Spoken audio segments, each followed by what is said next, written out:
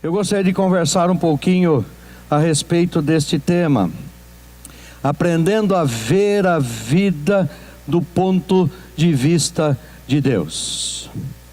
Aprendendo a ver a vida do ponto de vista de Deus.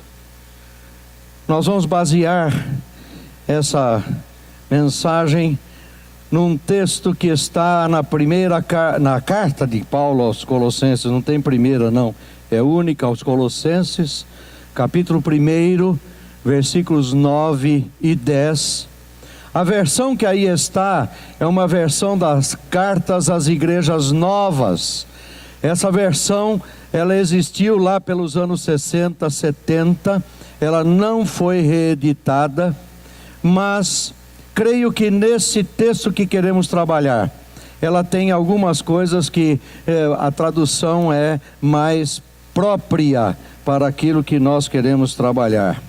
Diz assim: o certo é que foi dele, Epáfras diz o versículo anterior, que ouvimos falar do vosso progresso no amor de Cristo. E uma vez que nos certificamos disto, podeis saber que nunca mais vos esquecemos nas nossas orações. Pedimos ainda a Deus que vejais as coisas, por assim dizer, do seu ponto de vista, do ponto de vista de Deus, através de uma grande percepção e compreensão de espírito.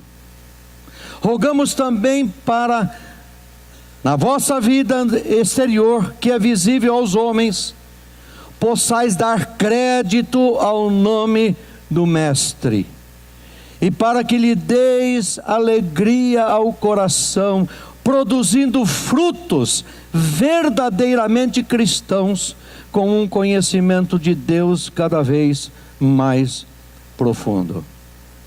Vamos curvar as nossas cabeças. A tua palavra diz que tu nos conheces pelo nosso nome, Senhor. A tua palavra diz que nós não somos alguém no meio de uma multidão, mas a tua palavra nos informa que tu olhas para nós com um amor muito específico. Tu mandaste o teu filho por mim e por cada um de nós que aqui estamos também. Te louvamos, Senhor, porque tu és um Deus maravilhoso, tu és um Deus perdoador, tu és um Deus que estás disposto sempre a nos trazer para que tenhamos um pleno conhecimento e possamos aprender o que é que efetivamente tu queres de nós. É isso que nós te pedimos nesta noite, Senhor. Age com o teu Espírito. Mostra, Senhor, à nossa mente, ao nosso coração, quais são os teus propósitos para a nossa vida. E que possamos, Senhor, entendendo estes propósitos, possamos vivê-los em plena alegria, louvando-te e bendizendo-te em todos os nossos momentos, até que tu venhas nos buscar. O nosso coração também anseia isto. Ora, vem, Senhor Jesus. Em nome de Cristo é que oramos. Amém. A minha pergunta é uma pergunta básica: como é que você enxerga a sua vida?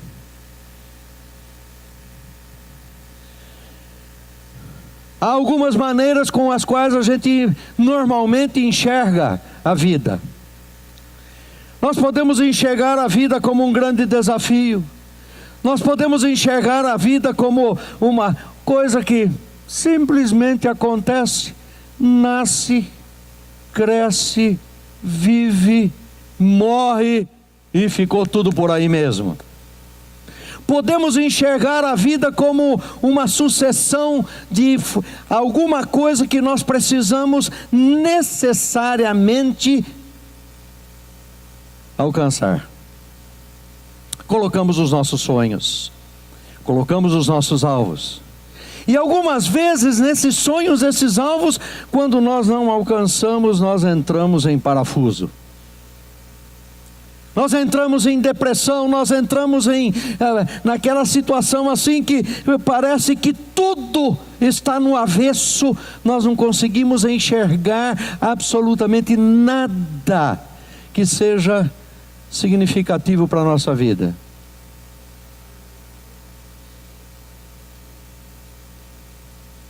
Mas eu pergunto, e como Deus vê? Como é que Deus vê a sua vida? E se nós pudermos entender como Deus vê, e essa semana nas Casas de Paz nós vamos estar tratando exatamente desse tema, enxergando a vida do ponto de vista de Deus. Como é que Deus enxerga a sua vida? Um traste? Alguém para andar somente de cabeça baixa, olhando o chão? Alguém para andar somente de nariz empinado e não olhando as pessoas que estão à volta? Como é que Deus enxerga? Como é que Deus vê o propósito dele para a nossa vida?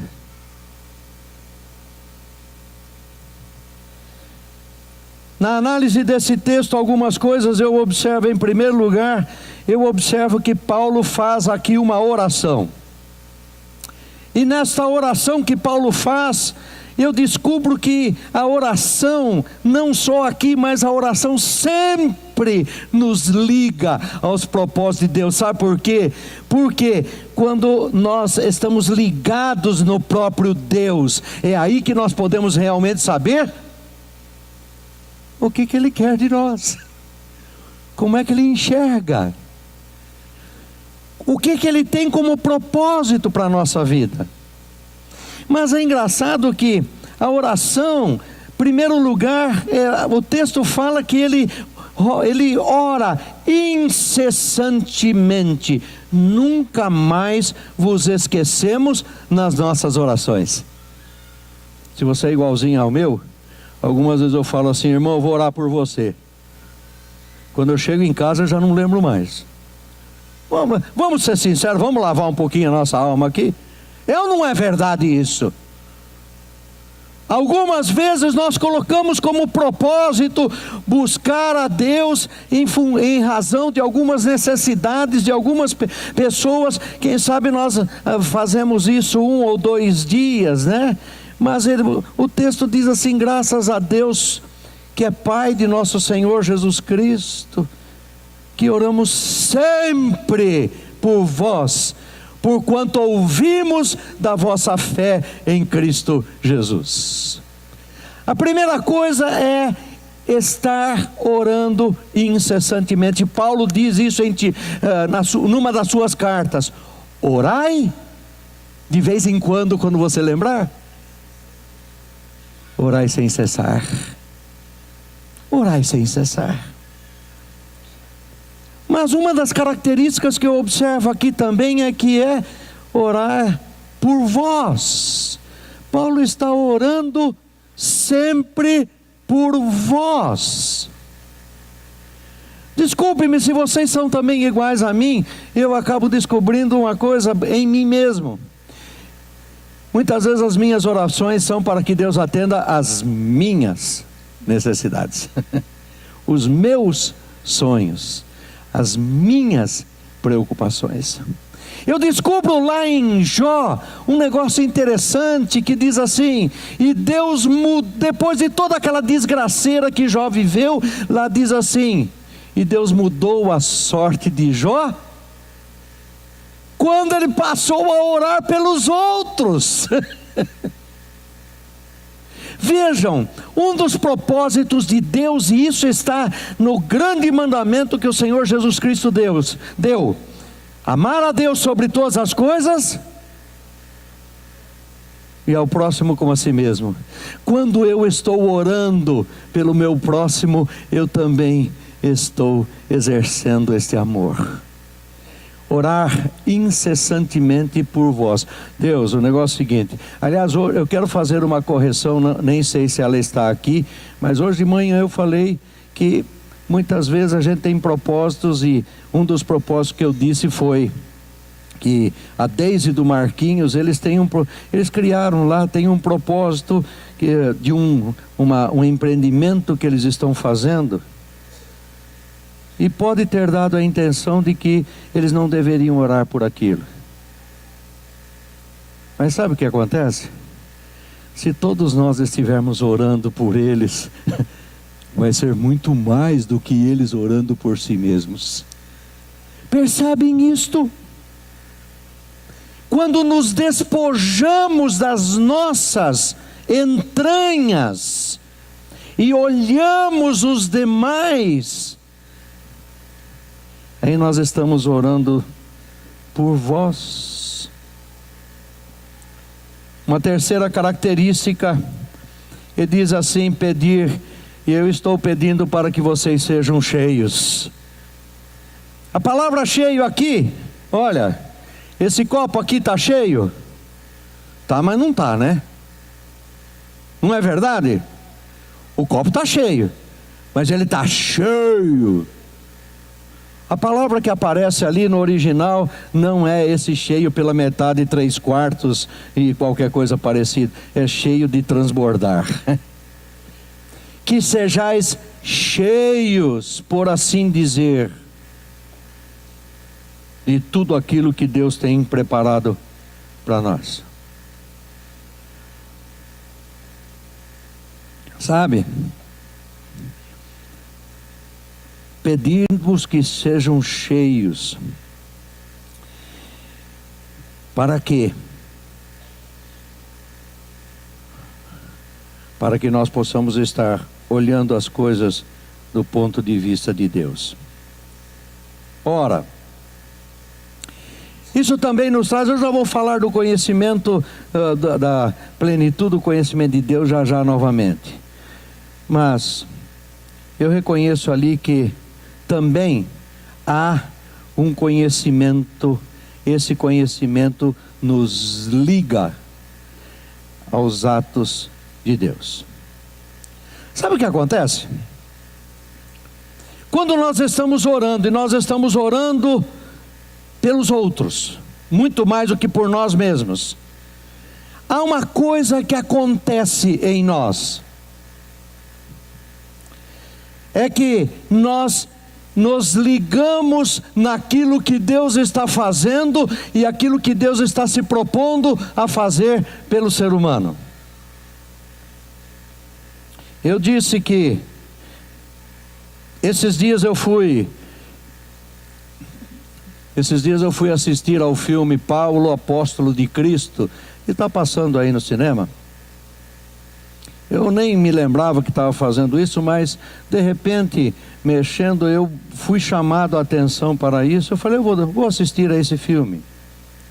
E foi Paulo quem escreveu essa carta. Paulo foi uma pessoa que, perseguidor dos cristãos, ele começou a ver como aqueles do caminho tinham uma nova perspectiva de vida. Não era uma perspectiva só de cumprimento de certos rituais, diariamente, semanalmente, mensalmente, a cada 6 anos vimos, né, no jubileu, né? Não.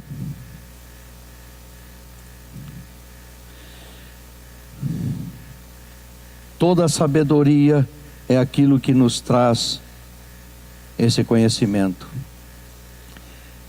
Paulo mesmo vai dizer na mesma carta aos Colossenses, capítulo 2, versículos 8 e 9, ele vai dizer: tende cuidado, para que ninguém vos faça presa sua por meio de filosofias e vãs sutilezas, segundo a tradição dos homens, segundo os rudimentos do mundo, e não segundo Cristo, porque nele habita corporalmente toda a plenitude da divindade. Este é o pensamento de Paulo, e o filme mostra bem isto. Mas a palavra mostra isso. Quando nós nos ligamos a Deus, estar cheios significa também estar ligados a esses atos que Deus realiza. Não sei se você já percebeu, mas você só está aqui por causa do ato que Deus realizou na sua vida, de fazê-lo acordar, estar vivo, estar respirando. Mas não são só esses atos, porque com toda a sabedoria significa também estar ligado a essa percepção do Espírito de que há coisas que Deus está fazendo por nós e em nós que são além da nossa capacidade de compreensão.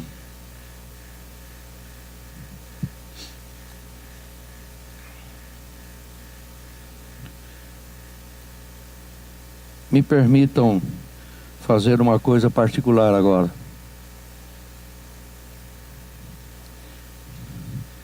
Nós estamos mais ou menos há pouco mais de 4 anos. Eu e minha esposa, nós estávamos numa luta tremenda. Quem conhece a história sabe a respeito do nosso filho Aglice.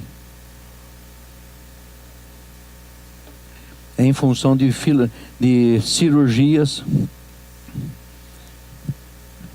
ele foi acometido de trombose, uma das tromboses mais difíceis de serem acompanhadas, que é a trombose de artéria.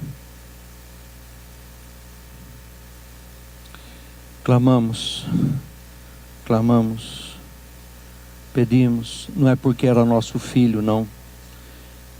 A igreja orou, a igreja clamou. Ficamos sabendo essa semana que ele está liberto da trombose. Vai explicar isso, porque o médico disse assim: olha, isso não existe. Trombose de artéria é um negócio que não tem possibilidade de cura.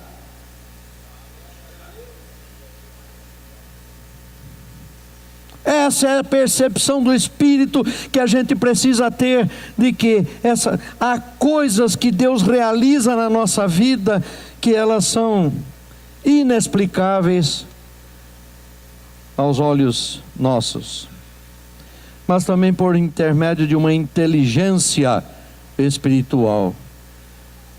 O texto diz: e compreensão do Espírito.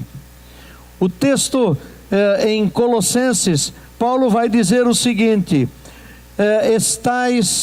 eu gosto dessa expressão, sabe, amados, me desculpem, mas e estáis perfeitos nele, que é a cabeça de todo principado e potestade. Sabe o que isso significa? Significa que aquilo que Deus fez em Cristo Jesus a seu favor é absolutamente perfeito, completo. Há uma atividade de Deus salvadora, que ela agora, Paulo vai dizer, nessa inteligência espiritual, ela vai se estender pela nossa vida à frente. Essa inteligência espiritual também significa um outro detalhe. Essa compreensão, percepção do Espírito e compreensão de Espírito significa uma outra coisa. E ouvi essa semana também alguma coisa que me fez pensar.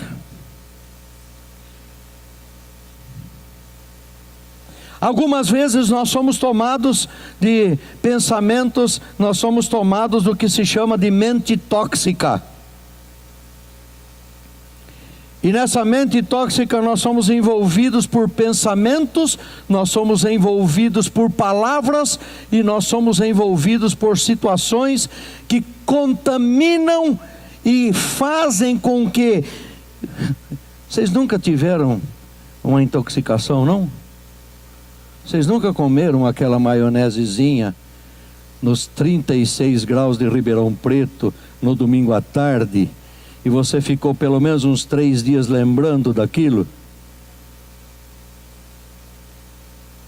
O que é a toxicidade? É aquilo que vai tomando espaço e vai minando as nossas forças. A percepção do Espírito não permite isto. Por isso é que ele diz que nós não devemos aí perder o nosso tempo com questiúnculas, com coisinhas pequenas, mas nós devemos prestar atenção no que ele diz: se pois estás mortos com Cristo quanto aos rudimentos do mundo, porque vos carregam ainda de ordenanças como se vivesseis no mundo, tais como: não toque isso, não prove aquilo, não manuseie aquilo outro, as quais coisas todas perecem pelo uso, segundo os preceitos e doutrinas dos homens. Aqui eu disse que de vez em quando acontece um negócio mais ou menos assim, ó. Tá vendo esse papelzinho aqui, ó? Esse papelzinho aqui, a partir desse momento, está abençoado.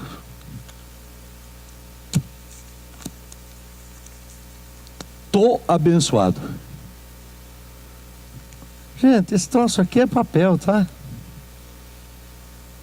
Isso aqui não é aquilo que me traz esse momento de comunhão com Deus. E eu disse, eu gosto do pastor Laércio algumas vezes quando nós aqui temos a oportunidade de ungir as pessoas, e o pastor Laércio diz assim: olha, prestem atenção, esse óleo não tem nada especial, ele não veio de Jerusalém não, ele não veio de nenhum lugar especial, isso aqui veio daqui mesmo. Não é o óleo, mas é a fé que nós temos de que naquele momento nós estamos entregando a nossa vida diante de Deus, e aquilo que estamos pedindo, Deus está disposto a fazer por nós. É assim que Deus vê, é assim que Deus enxerga. Mas também a ação nos transforma em agentes de Deus. Ou seja, não imaginem que Jesus Cristo fez todo o sacrifício na cruz do Calvário somente para dizer assim: olha, agora você está salvo, 3S. Salvo, sentado e satisfeito. Não. Essa salvação que Ele nos dá é para que isso contamine, essa salvação, Ele contamine as outras pessoas com a nossa mensagem, com essa mensagem de salvação. Alcance essas outras pessoas. Isso me chama a atenção porque no texto ele vai dizer andar dignamente. É na expressão que ele diz: possais dar crédito ao nome do Mestre. Eu fico deverasmente triste quando eu ouço alguém dizer assim: o quê? Aquela pessoa é crente? Não acredito. Porque o que ela faz não tem nada a ver com aquilo pouco que eu conheço de Jesus Cristo. Sabe o que acontece? Nós precisamos entender que ninguém consegue convencer ninguém com argumentos. Paulo, que era uma pessoa ilustrada no sentido de conhecimento, Paulo algumas vezes usou argumentos significativos para tentar levar a mensagem, e ele percebeu que não era exatamente o argumento que ele estava trazendo, mas era aquilo que ele estava somente anunciando, e o Espírito tomava conta daquilo e penetrava na vida das pessoas e transformava as pessoas. Sabe quem é que faz isso? É o Espírito e não o nosso argumento. Na última oportunidade que eu estive aqui, eu disse essa expressão: a mensagem da cruz pode ser levada por qualquer pessoa, não precisa ser alguém que tenha feito curso de teologia, curso daquilo. Não, é simplesmente dizer aquilo que Cristo fez na sua vida. O que é que Cristo fez na sua vida? Deixa o Espírito agora. É Ele quem convence. É função dele, não é função nossa. Portanto, se já ressuscitasses com Cristo, diz Paulo em Colossenses 3, buscai as coisas que são de cima, onde Cristo está assentado à destra de Deus. Pensai nas coisas que são de cima e não nas coisas que são da terra, porque já estáis mortos e a vossa vida está escondida em Cristo com Deus. Sabe o que acontece? Você já não pertence mais a esse mundo.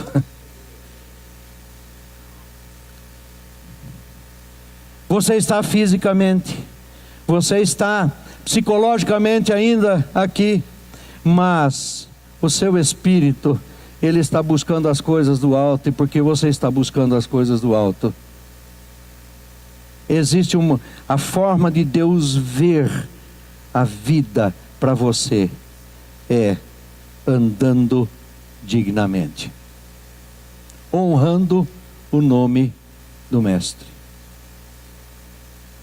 Mas também a ação nos transforma em agentes para agradar a Deus. É uma coisa interessante que a palavra de Deus diz que uma das coisas típicas para identificar aquele que efetivamente recebeu ao Senhor Jesus Cristo é que ele vai obedecer ao Senhor, vai agradar ao Senhor. Agradar ao Senhor não é vir aqui cantar cânticos maravilhosos, e aí, né? Isso é parte, sim, mas não é isto só. É uma vida envolvida com a própria vida de Deus. Por isso ele diz: mortificai, pois, os vossos membros que estão sobre a terra. Já não façam parte da sua vida a prostituição, a impureza, a afeição desordenada, a vil concupiscência, a avareza, que é a idolatria. A avareza é mão de vaca, né? O amor ao dinheiro,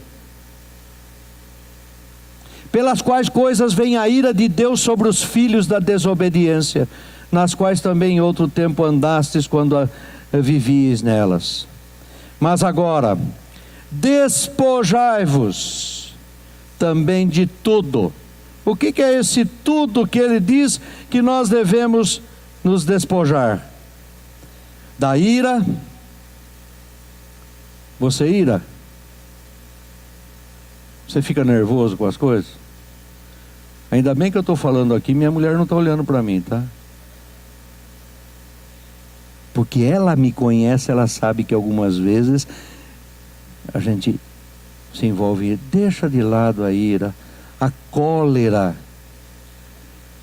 da malícia, sabe aquelas coisinhas ditas com segundas intenções, aquelas coisinhas feitas com segundas intenções.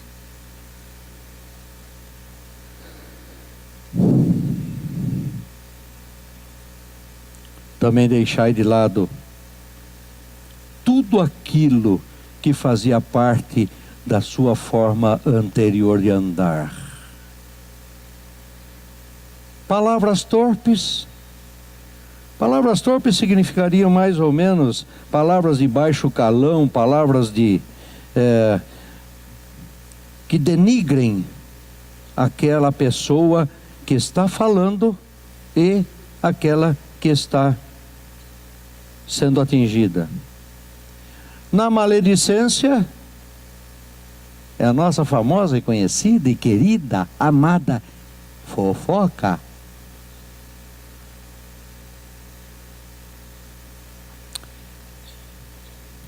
Vistam-se do novo. Mas também diz o texto, produzindo frutos verdadeiramente cristãos, que é a ideia de frutificar.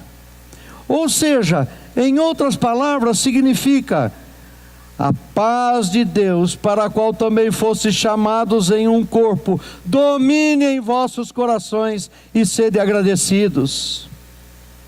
Essa frutificação vem pela forma de andar, andai com sabedoria para com os que são de fora, remindo o tempo. A vossa palavra seja sempre agradável, temperada com sal, mas não muito sal, viu? Temperada, não cheia, para que saibais como nos convém responder a cada um quando nos perguntarem. Quais são os frutos que nós produzimos? Os frutos, segundo uma visão horizontal, são frutos bancários, imobiliários.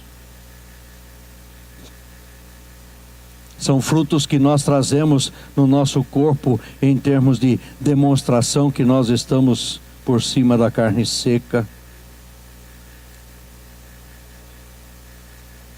Por último,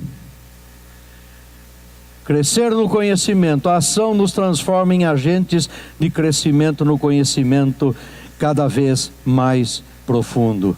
E Paulo ainda vai dizer: dando graças ao Pai que nos fez idôneos para participar da herança dos santos na luz, o qual nos tirou da potestade das trevas e nos transportou para o reino do Filho do seu amor, em quem nós temos a redenção no seu sangue. Oh, glória! Oh, maravilha! Você pensa que é pouca porcaria que Deus fez? Deus tirou você da condenação e do inferno, e pelo seu amor, pela sua misericórdia, pelo seu sangue derramado na cruz do Calvário, Ele está traçando para você agora um novo caminho, e Ele está vendo em você alguém que Ele ama, alguém que Ele deseja que você olhe a vida do ponto de vista dele. Qual é o ponto de vista dele? Que você é um reprodutor desse amor de Deus, que você é importante, que você é significativo, que você tem uma possibilidade muito grande de ser plenamente usado por Deus.